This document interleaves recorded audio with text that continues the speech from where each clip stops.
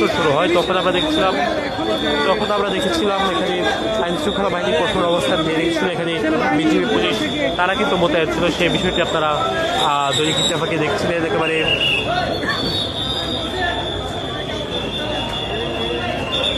রাত প্রায় 10টা থেকে আপনাদেরকে দৈনিক ইত্তেফাকে দেখানোর চেষ্টা করছিলাম। তারা দেখছেন সেনা সদস্যরা ভেতরে প্রবেশ করছেন।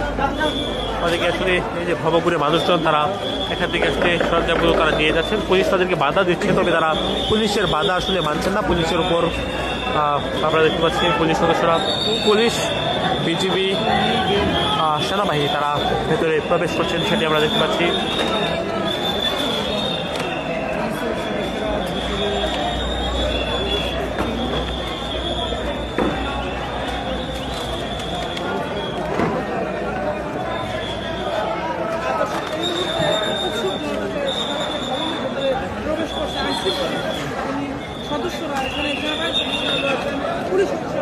আমরা দেখতে পাচ্ছি পুলিশের সদস্যরা তারা উৎসুক জনতাকে নিয়ন্ত্রণ করতে তারা ভেতরে প্রবেশ করছেন।